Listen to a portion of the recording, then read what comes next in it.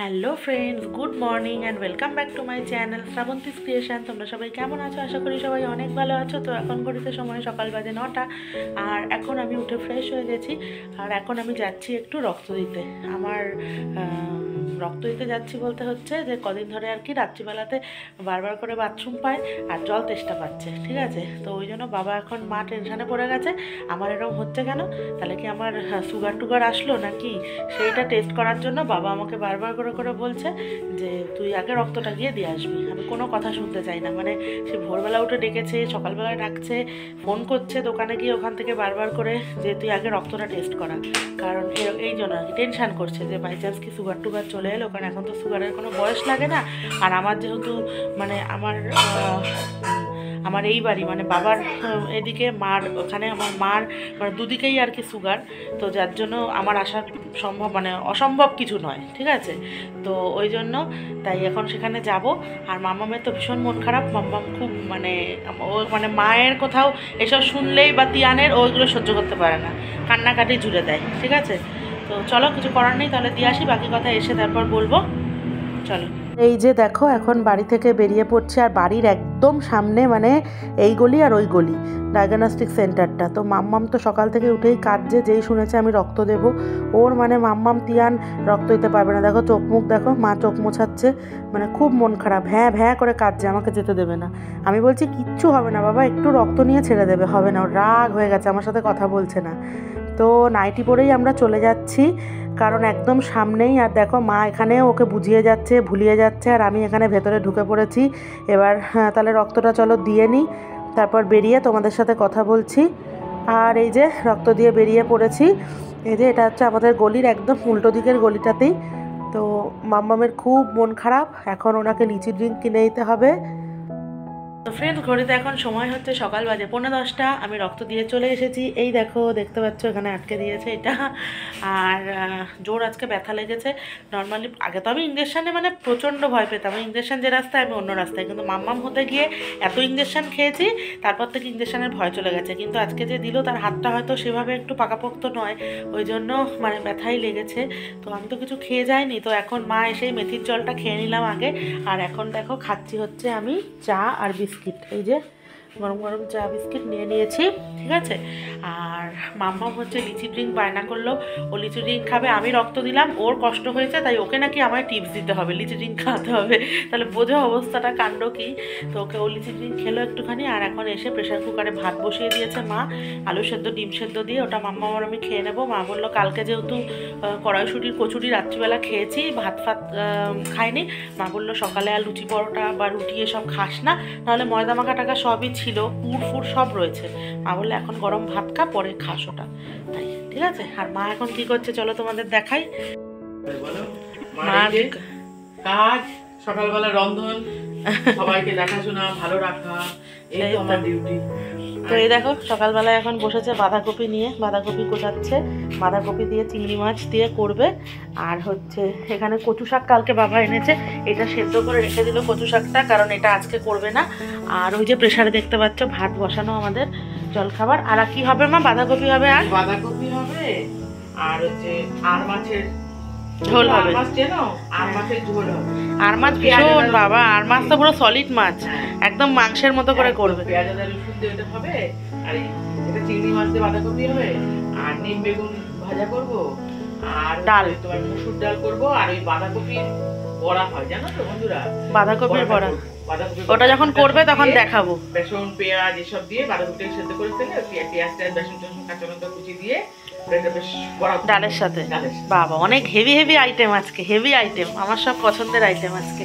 আর এই দেখো আমার গুড়গুড়ি এখানে কি করছে, সকালবেলায় উঠে গোপাল ঠাকুরকে স্নান করাচ্ছে, দেখো জল দিয়ে দিয়ে ওকে পরিষ্কার করে চান করাচ্ছে।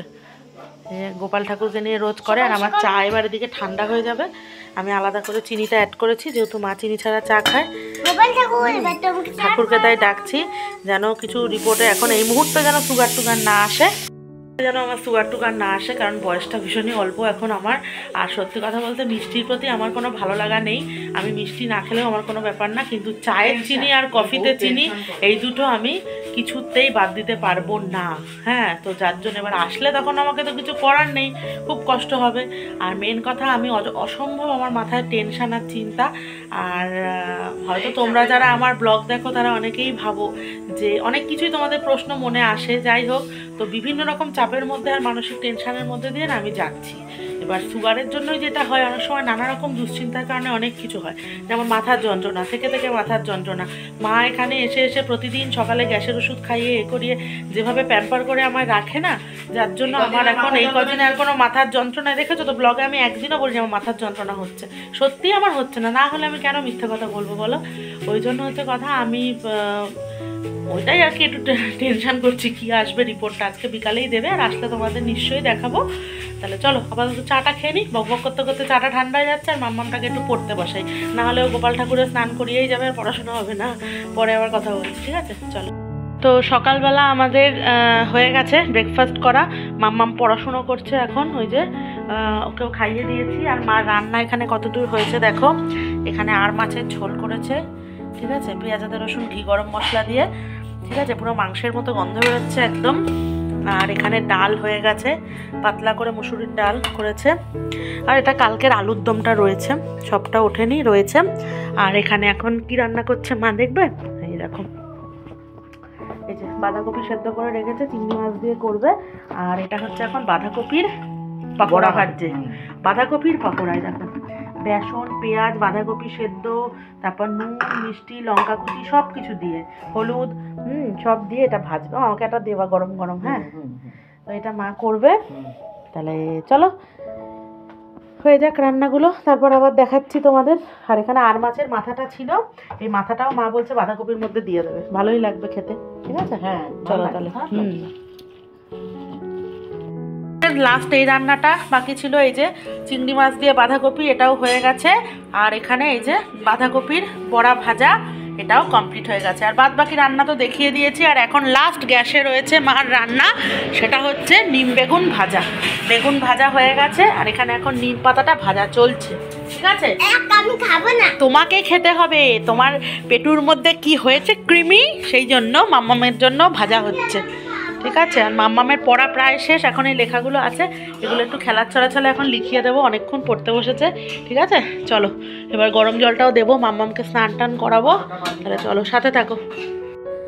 আর এখন দেখো মা ঘর ঝাড় দিচ্ছে, মা ঘরটা ঝাড় দেওয়া হয়েই গেছে, বারান্দাটা দিচ্ছে। আর মাম্মামকে স্নান করিয়ে দিয়েছি, ও এখন স্নান করে এখানে দাঁড়িয়ে দাঁড়িয়ে নাচ করছে। আমি এবার ঘরটা মুছে নেব, মুছে তারপর কাচাকুচি আছে কয়েকটা, ওটা করবো, করে তারপর আমিও স্নান করে নেব। তাহলে চলো সাথে থাকো, ব্লগটা দেখতে থাকো। এদিকে দেখো সারা দুপুর না ঘুমিয়ে এইভাবে বিছানার মধ্যে দেখো সব লন্ড ভন্ড করে মাম্মাম কি করছে, চুল টুল দেখে বুঝতে পারছো তো, সারা দুপুর ঘুমায়নি জানো। এই মাম্মাম, সারা দুপুর তুমি ঘুমাওনি কেন সেটা বলো আমায়, কেন ঘুমাওনি? পিঠের ওপর আজকে মার খেয়েছে, হ্যাঁ, তারপর অনেক দুটো চর খেয়ে, একটা চর খেয়েছে, খেয়ে নিয়ে ওর তাও ঘুমায়নি জানো, এত বদমাইশ। হ্যাঁ সুগার হয়নি, ফ্রেন্ডসদের পরে বলবো, ঠিক আছে চলো। আমরা এখন একটুখানি বেরোবো, একটু পরে বেরিয়ে তোমাদের সাথে পরে কথা বলছি। চলো দেখো কি করছে, দেখে যাও, শুধু দেখে যাও বদমাইশি কাকে বলে। দেখো সারা দুপুর এই করে গেল জানো, আমাদেরও ঘুমাতে দিল না এক ফোঁটাও। ঠিক আছে চলো পরে কথা বলছি। তো ফ্রেন্ডস এখন ঘড়িতে সময় সন্ধে বাজে 6:30, আর রেডি হয়ে গেছি দেখতে পাচ্ছ। এখন একটুখানি মধ্যমগ্রামে বেরোবো, মধ্যমগ্রামে যাব কিছু জিনিস কিনতে, কিছু জিনিস বলতে বাবার জন্য। আমাদের পাড়ায় একজন মারা গেছে, মানে বাবার মানে আমাদের পরিচিত আর কি, একজন মারা গেছে, তো তার বাড়িতে বাবা নেমন্তন্ন করেছে শ্রাদ্ধে আর কি, তো সেখানে যাবে, তার জন্য আর কি কিছু দেওয়ার জন্য আর কি কিনতে যাচ্ছি। মানে সেই বাড়িতে আর কি স্বামী স্ত্রী আর মেয়ে তাদের আছে, তো হাজব্যান্ড মারা গেছে, শুধু বউ আর মেয়ে রয়েছে, তো মেয়ের জন্যই আর কি কিনতে যাচ্ছি জিনিসটা। তো সেই জন্য বেরোবো, বাবা যেহেতু থাকে না, ওই জন্য আমরা বেরিয়ে গিয়ে নিয়ে আসছি। মাম্মামও রেডি হয়ে গেছে, ওই যে হ্যাঁ মাম্মামকে দুধ খাইয়ে দিয়েছি। এতখানি দেখো এটাকে কিভাবে খুলেছে, এরকম ঘোরাও তোমার, মাম্মামকে দুধ খাইয়ে দিয়েছি, আর এই যে মাও রেডি হয়ে গেছে, চাদর গায়ে দিয়ে দিয়েছে। চলো তাহলে বেরোই, গিয়ে কিনে আনি, পরে তোমাদের সাথে আবার কথা হচ্ছে। আর মধ্যমগ্রাম যাওয়ার পথে এখানে বাঁদিকে একটা বই খাতার দোকান আছে, মাম্মাম সেটা ভালো মতো জানে। ওনার বায়না এখন ওনাকে বারবি পেন্সিল ইরেজার সব কিনে দিতে হবে, তো যথারীতি ওনাকে সেটা কিনে দেওয়া হলো। এই যে পেন্সিল ইরেজার আর একটা গ্লিটার টেপ এটা কিনেছে, তো ওনার কিনেও মন ভরছে না, আরও কিছু চাই। আমি তখন বকা দিলাম, আমি বলছি চলো আর নয়, আমাদের এবার অন্যান্য জিনিসগুলো কিনতে হবে। তো এখানে দেখো আমাদের পরিচিত দোকান আছে, সেখান থেকেই আমরা সব কুর্তি লেগিংস এসব কিনি। তো এই যে এই কুর্তিটা খুব ভালো লাগলো দেখে, অনেক কয়েকটা দেখার পরে এটা চোখে লাগলো, যেহেতু ফর্সা মেয়েটা, ওকে এটা ভালো লাগবে, ওই জন্য এই কুর্তিটাই প্যাক করে নিয়ে নিলাম। আর এর সাথে একটা ব্ল্যাক কালারের লেগিংস নিয়ে নিলাম। তো এই এবার কুর্তি নেওয়া হয়ে গেলে পেয়ে গেছে খিদে।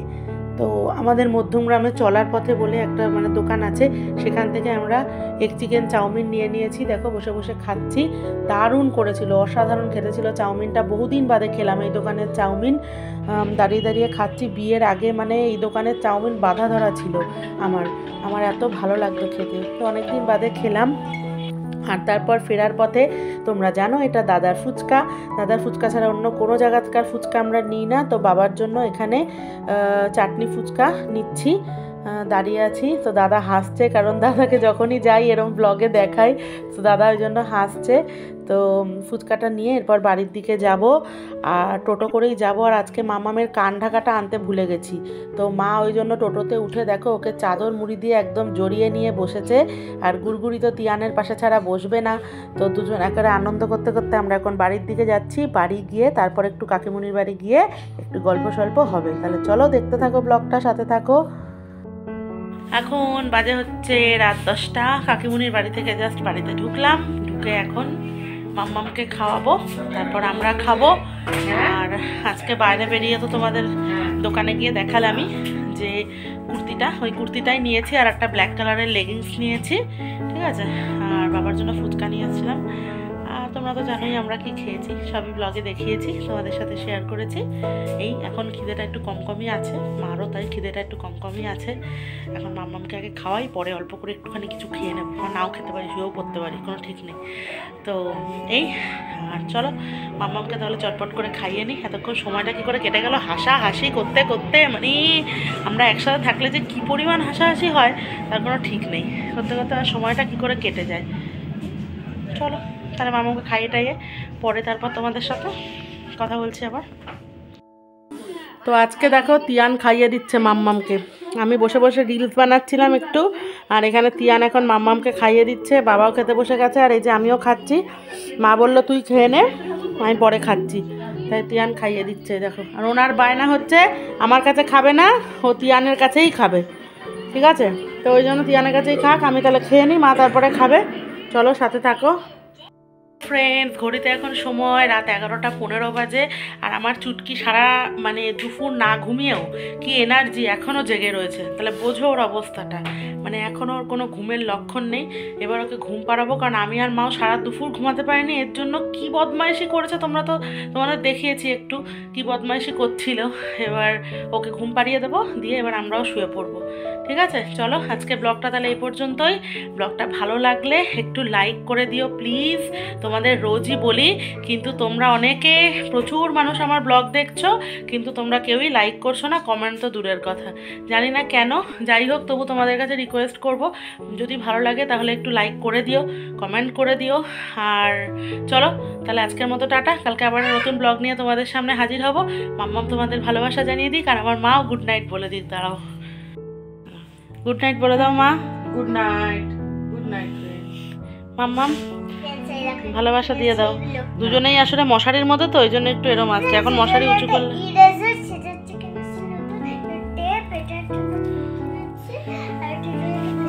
দাঁড়াও নাও। হ্যাঁ এবার ফ্রেন্ডসদের ভালোবাসা দিয়ে দাও। আচ্ছা তুমি এগুলো কিনেছো আজকে, ঠিক আছে বলো এবার।